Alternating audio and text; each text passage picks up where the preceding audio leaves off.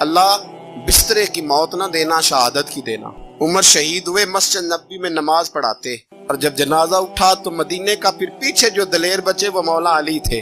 مولا علی جناب عمر کا جنازہ اٹھا تو سب سے پہلی ہائے جو نکلی وہ حضرت علی کی زبان سے نکلی، اور حضرت علی ساری داڑھی آنسوؤں سے بھر گئی۔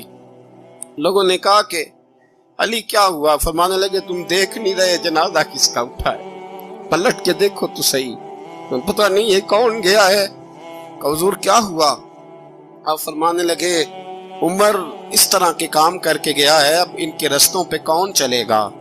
کون اس کے جگر راہ وفا میں نقش ایسے چھوڑ آیا ہوں، میں جس منزل سے گزرا ہوں وہ اب تک یاد کرتی ہے۔ حضرت علی حضرت عمر کے جنازے پہ کھڑے ہو کے کہتے ہیں اللہ مجھے اس طرح کے عمل کرنے کی توفیق دے جس طرح کے عمر کر کے گیا۔